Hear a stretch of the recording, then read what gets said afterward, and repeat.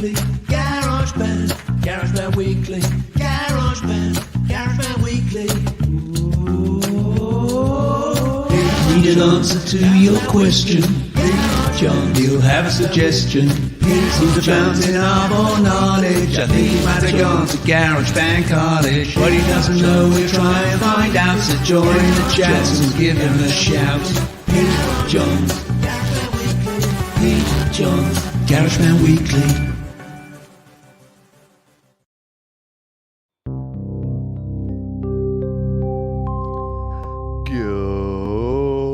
Good morning, good afternoon, good evening. Welcome to GarageBand Weekly here on Studio Live today. My name's Pete John. For the next 30 minutes, we'll be talking about all things GarageBand. Today, I'm taking a song that we created last week on this very iPhone. I'm throwing it over into the iPad, this one over here, and we're going to continue on with it. We're taking it from the virtual touchscreen world to the world of real, inverted commas, real instruments using MIDI instruments and guitars and bass guitars as well, so that I can show you how I go about the process of taking something from the virtual world created on virtual instruments to some real instruments. Welcome aboard. We're going to do some news and notes real soon, and then we're going to dive on in. But don't forget, as we are each and every week, we are interactive. So if you've got questions, you can throw them in the chat here. Just put a big Q in front of them, and that way I'll know that it's a question, and I can definitely try to answer any questions that you may have. And also, don't forget that you can head over to studiolivetoday.com/GarageBand for all of your GarageBand needs. You've got my frequently asked questions there. You've got links to all of the playlists, including the latest one. This one's been going gangbusters. We're up to episode 16 of the GarageBand iOS 5-minute tips series. So if you like short, quick fire, just get in, get out, get the information, and then move on and get back to creating, that's the place to go. And that's pinned here in the comments and also over at studiolivetoday.com/GarageBand. G'day, how are you? Are you recovered from Super Bowl fever, the Superb Owl Festival, whatever you want to call it? It happened, and it was a very long game, and not many goals were scored, touchdowns. I'm not a football fan, I'm sorry. But it was a thing at a place. And the Apple Music halftime show. Who checked out the Apple Music halftime show? Usher, who we have opening up. We have Post Malone and Reba McEntire. So there was a musical element. It wasn't all unrelated. And of course, our wonderful $2 trillion friends over at Apple were the sponsors of that halftime show, brought to you by Apple Music. So that's a thing as well. G'day. Let's say g'day to the folks who are here live. Then we'll dive in. I only got a couple of little tips, little bits of news and notes here for you, because apart from one thing, it's a bit quiet in the world of Apple and the world of creating in general. 2024 hasn't really started yet. We're still kind of waiting for the flag to drop.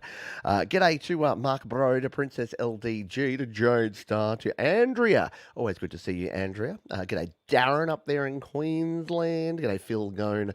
Got Skeeter Melody here as well. Thank you all for tuning in. I hope you are doing well. Had a good weekend. Ready for another productive week of creating using GarageBand or whatever you choose to use. Because you know what? Even though this is GarageBand Weekly, even though this is our show all about GarageBand, I don't actually care.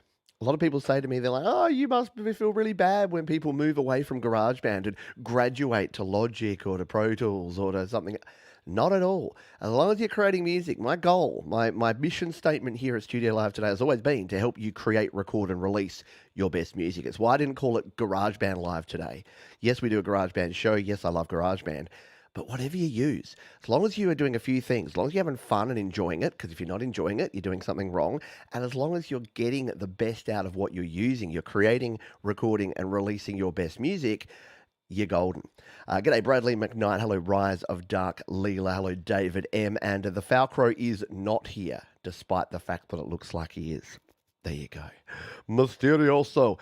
So what's the news and notes this week? Well, the Vision Bros have been out in force with their Vision Pros. They've been driving their frickin' Tesla Cybertrucks. They've been wearing it for 24 hours. They've been doing basically everything that Apple said you shouldn't do with it.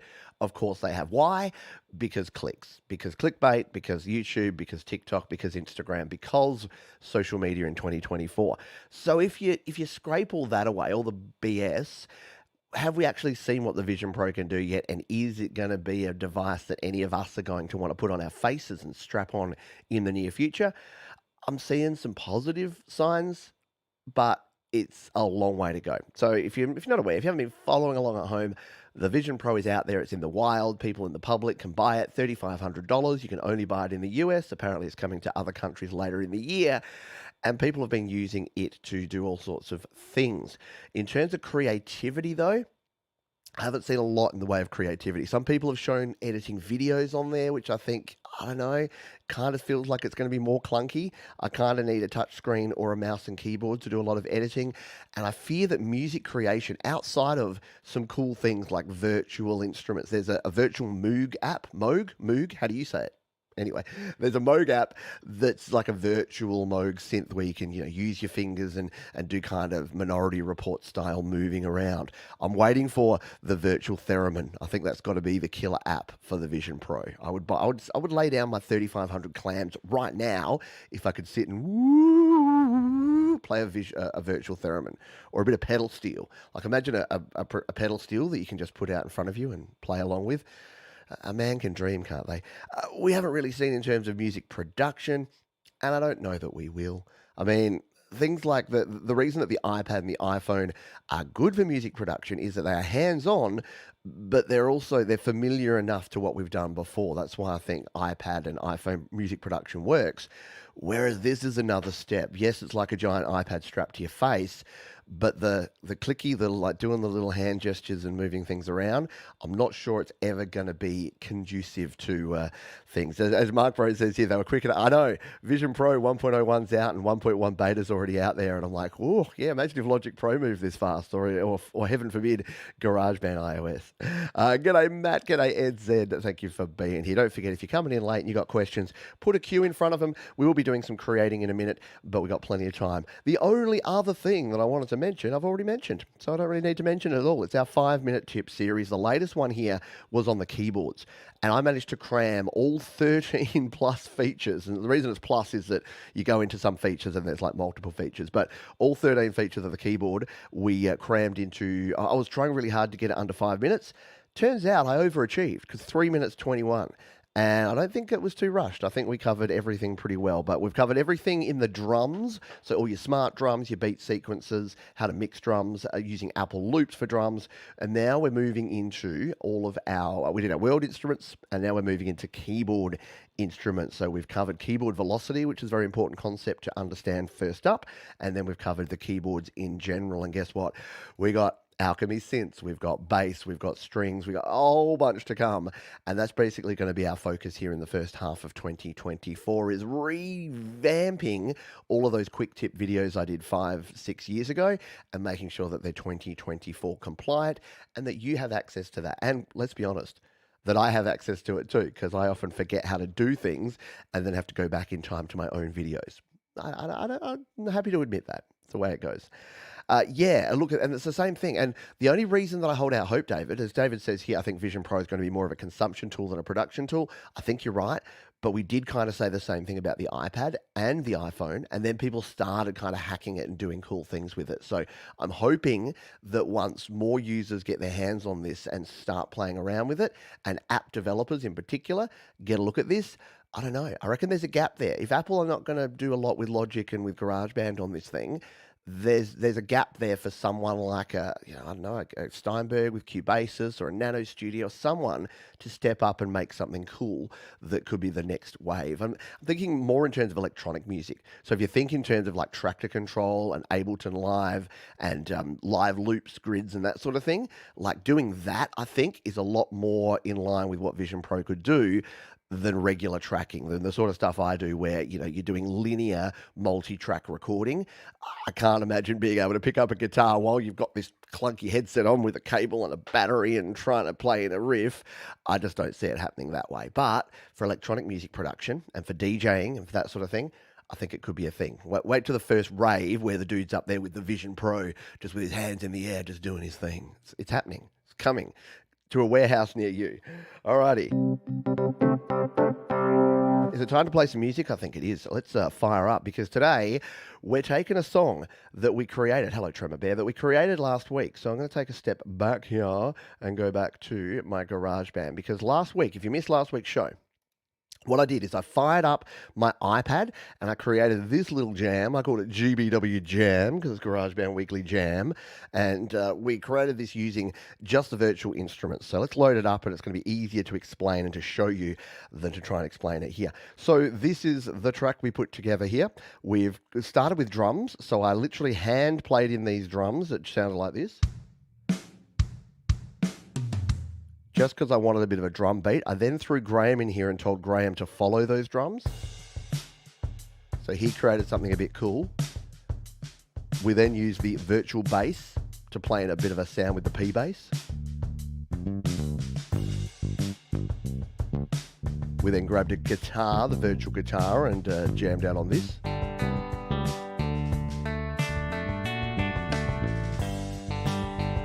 And it's a very simple G to C riff here. And then we grab the electric piano.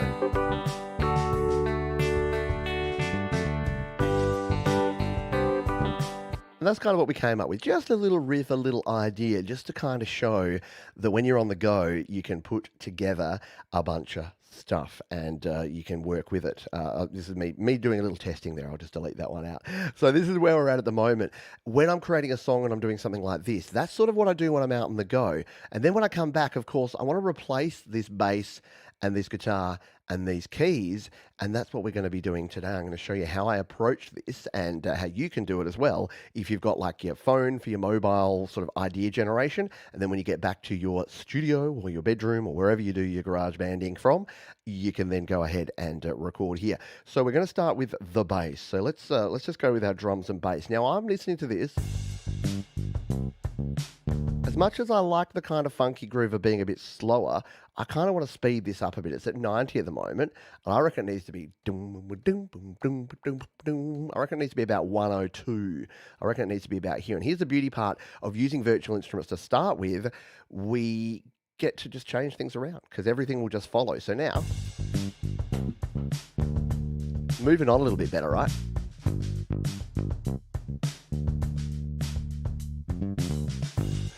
All right, so can I play this part on the bass? This is going to be the big question.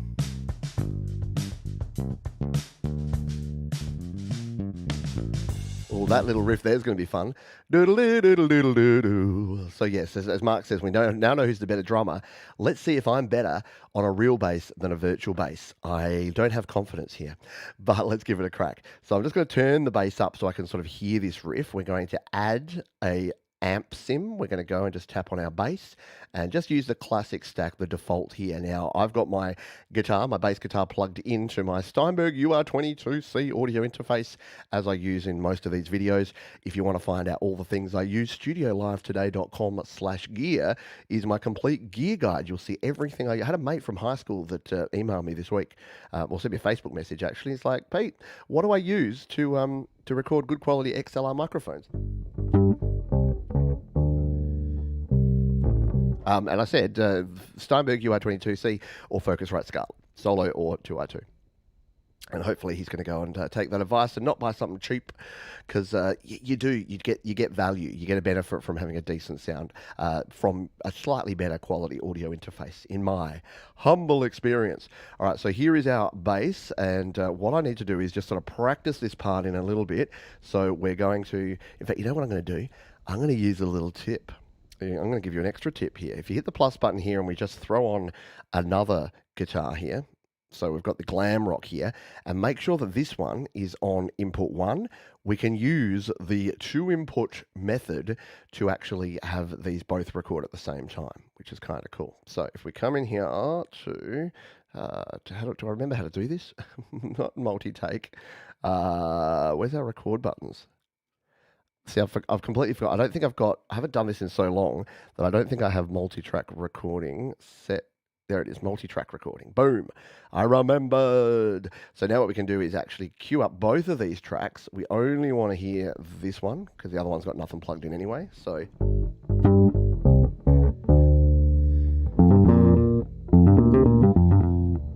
I'm going to be able to approximate something like the original one. Let's just play through and see if we can.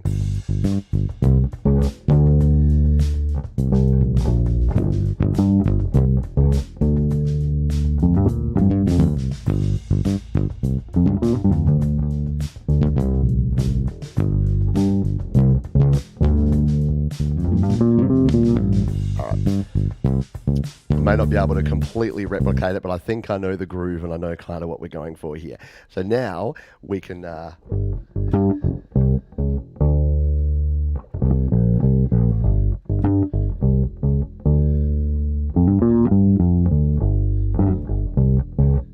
right, let's see if we can sit in the pocket and play a nice little bass groove with this one. 1, 2, really what to do. Nope, we can't. Need those drums louder so we can hear them. All right, let's try it again. Hit the record button.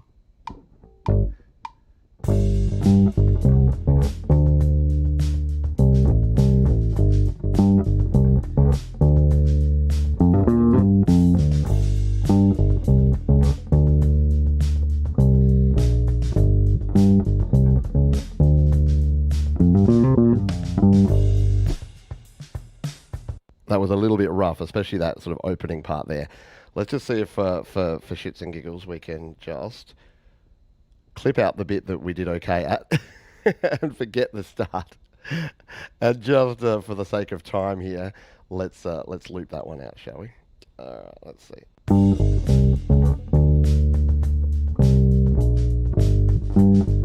I think I started a little late there. We need that extra little bit of the start.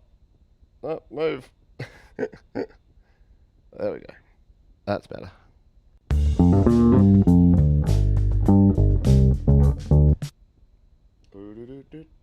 Oh, there we go.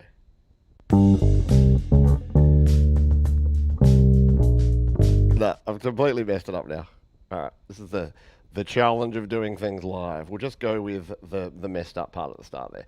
It wasn't actually that bad, was it? All right, we're just hitting the undo a bunch of times here. So the problem I had, I just hit a wrong note here.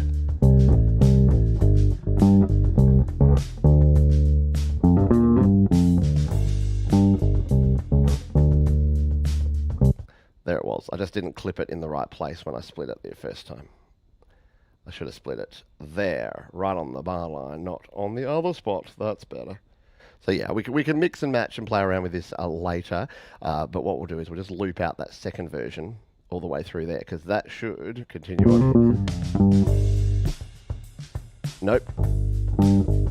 Got it looped in the wrong spot again. There. All right, now we'll loop that out. I know, as Phil says, red light syndrome is probably worse with an audience. Yeah, look, it is. You'd think I'd be used to it by now, but... it never gets easier, does it? Hello, Joe and Barry Glenn. Hope you're doing well. Let's put the bass guitar aside for a moment. We'll just turn the monitoring off, which is this little button here. Turn off our monitoring, and we're going to unplug. And let's bring in our guitar, shall we? And then we'll move to the keys in just a jiffy. This is where I need a roadie. I need to have my children here to just go swap my guitars like I'm a pro. But I'm far from a pro, so it's all good. All right, so we've got our guitar part. So now we'll remove the bass and we'll just play. So let's just take a listen and see how this sounds.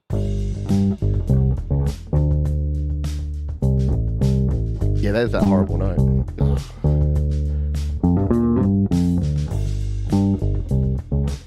But it's still pretty cool when you compare it to...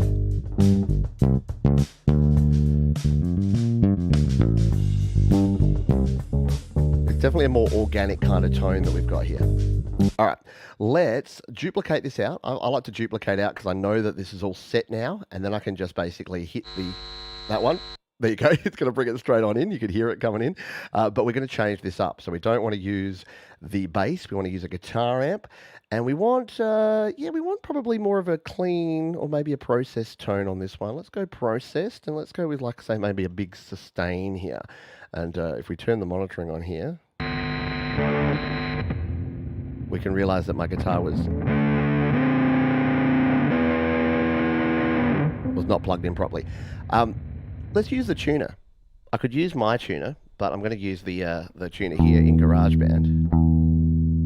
Because don't forget, GarageBand has a built-in tuner, which is handy when you're on the go. Thank you for the question, David. I will answer that in just a jiffy once we've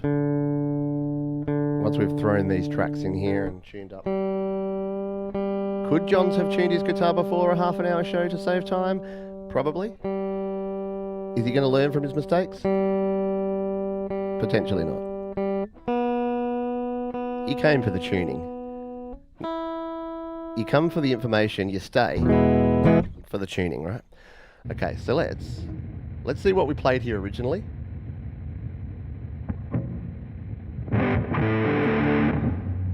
So originally we had a sound a little bit like this.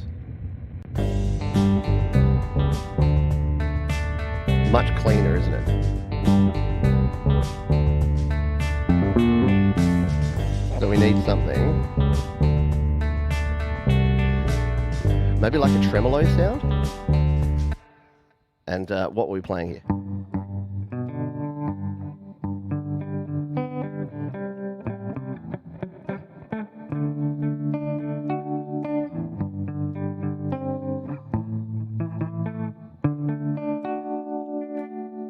That's the right notes. That tremolo, though, I never get a tremolo to sound good. Maybe we need a surf guitar. I don't think I've ever used this one.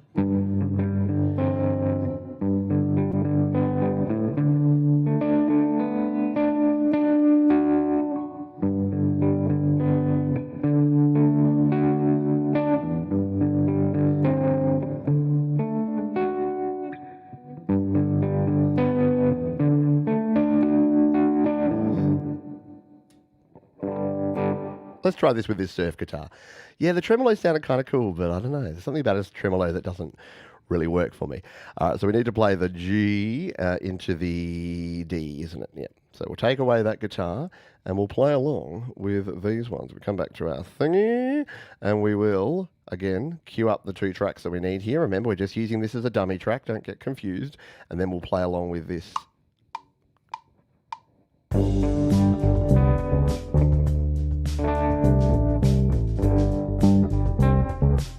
That really doesn't sound good, does it? I'm going to revert to just a standard tone while we play it in, because we can do some tone finding later. Let's just go with a nice auditorium clean sound here.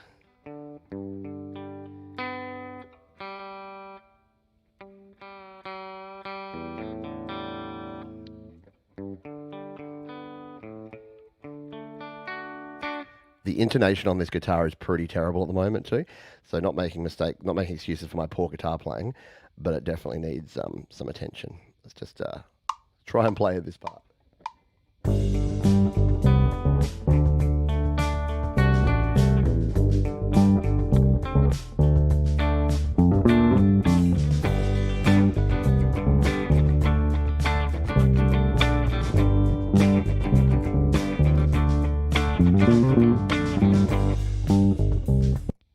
Am I making a case for the fact that the virtual instruments sometimes sound much better? A little bit. A little bit. My playing is a little bit rusty. That's all right. We'll move to the MIDI instruments in a sec. Let's just see if we can resurrect this, because I reckon it might sound a bit better using more of the strumminess there. So if we just go with that, let's just bring these two together and see, is this going to work with this bass and this guitar?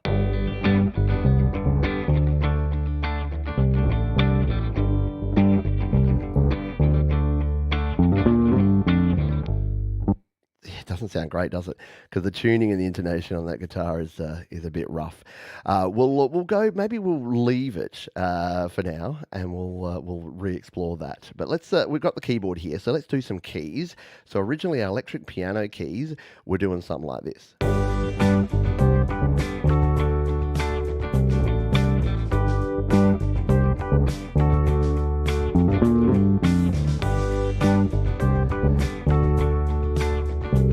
So this one should be pretty easy to replicate because we've already got the instrument in there. And if we come in here,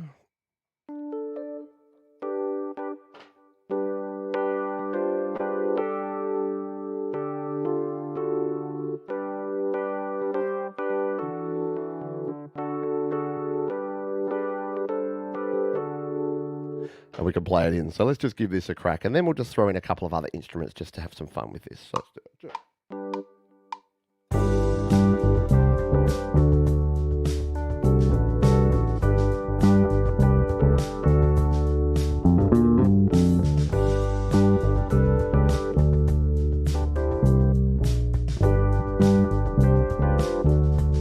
Try this one time. I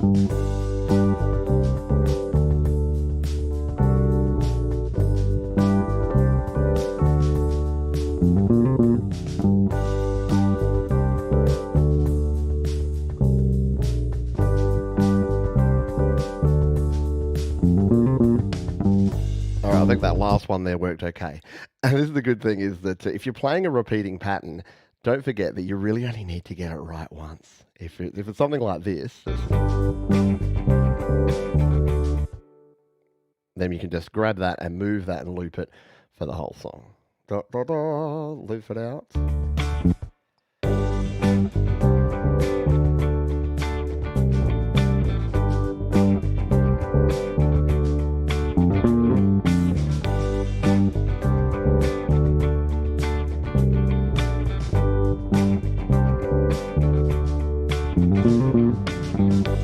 And is it perfect? No, but we're doing it all within about 15 minutes here. Let's just have a little bit of fun here and do a little piano solo over the top of this, because now that we've got the MIDI keys here, we can have a little more fun and play around with some other instruments. So let's just throw the old grand piano on the top here, which is actually the classical grand sounds cool. So let's just record in here.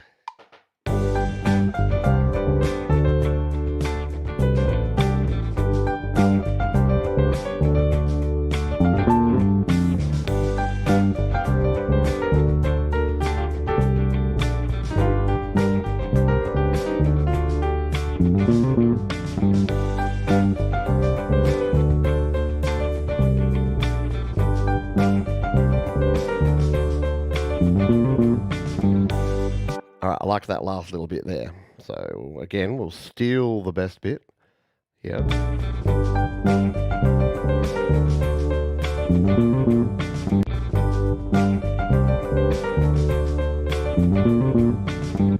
And the cool thing is that once you start experimenting with this and you're like, oh, I kind of like that little riff, that little lick, then maybe you go, ooh, this would actually sound much better with a flute. So let's just change it up to a flute and see what that sounds like, hey?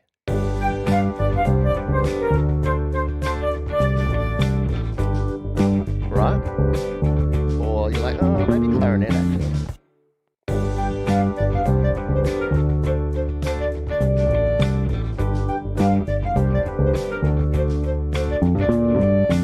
And then you've just watched John's videos on the world instruments, so you're like, what about Erhu on this one?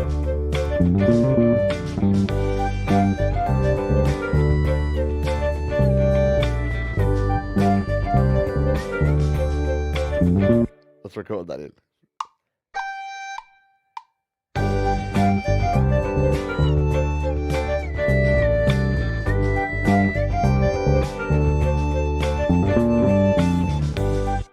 And then you can just have some fun like this. So yeah, it's a cool way to kind of create yourself an idea, and then it'll expand over time. And once you get in front of your actual instruments in your studio, you can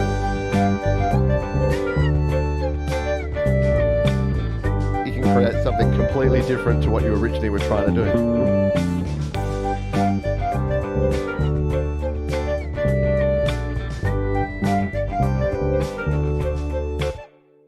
You know what? I reckon this, if people know QB the Penguin, I reckon if I double the speed of this will sound like a QB the Penguin tune. What do you reckon? Should we just give it a try? Just for fun. We got 1 minute left. Why not?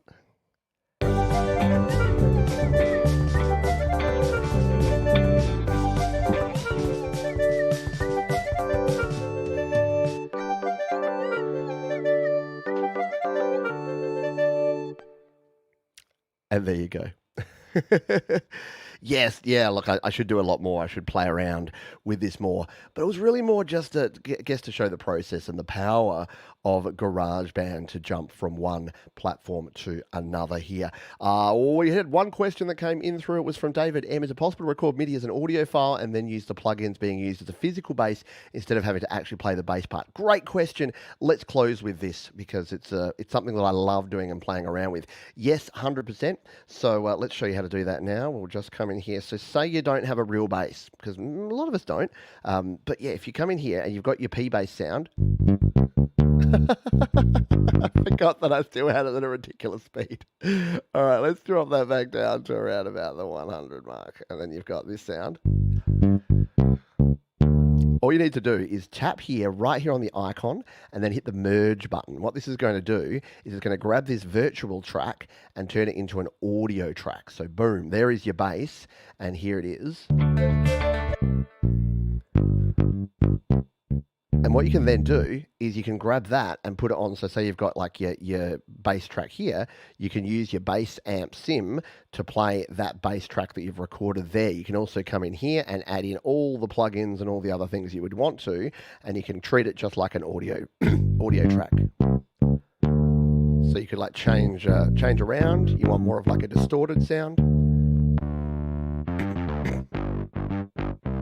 So it's a very cool way to give yourself a bit more flexibility when it comes to your MIDI instruments. That is it. That's it for the day. That's it for the week. That's it for GarageBand Weekly for another week. I hope you had a bit of fun here today. And if you do have any questions throughout the week, you know where to hit me up. There's a few ways you can get in touch. You can hit me up on Patreon. We've got Patreon Live happening next week for patrons. Please keep an eye out for that. Doing some experiments through the week as well over on Instagram and other places, so make sure you're following me on all the places there. You can become a patron if you're not already. You can join the channel as a member. You can leave a thumbs up. You can do all the things, all the ways you can interact are down in the description. But until next time, please be kind to yourself, be kind to others, keep creating. I'll see you next time on GarageBand Weekly. Bye.